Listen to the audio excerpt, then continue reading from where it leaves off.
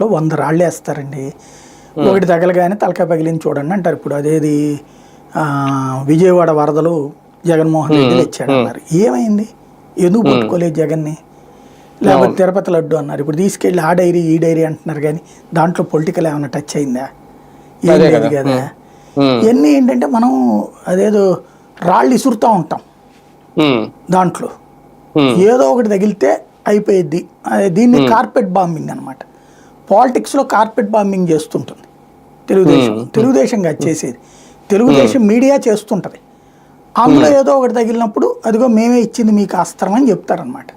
దానికి నజరానాగా వాళ్ళు పారితోషికం పుచ్చుకుంటారు, అంతకుమించి ఏం లేదు. అంటే నిజంగా బురద జల్లేడివేనా అంటే వీళ్ళు ఇందులో రాసింది కాదు. నేను అనేది అది వాళ్ళు చెప్పింది నిజమే, నో డౌట్. చట్టబద్ధంగా జరుగుతుంది.